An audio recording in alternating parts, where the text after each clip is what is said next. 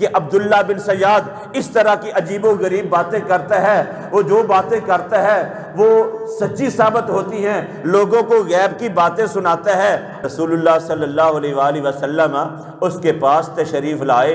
आप सल्लल्लाहु अलैहि वसल्लम से कहने लगा, अल्लाह के पैगंबर आप भी कोई अपने दिल में कोई बात बिठा लें, मैं बताऊंगा।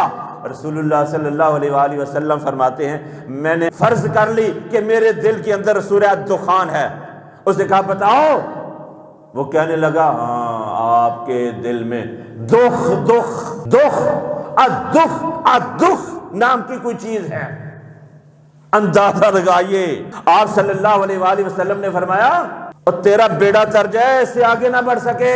ये तो आमिल है, ऐसे लोगों के मामला शैतानी है। ये खौफनाक सूरतों तक पहुंच चुके होते हैं, खुद गुमराह होते हैं, दूसरों को गुमराह कर रहे होते हैं।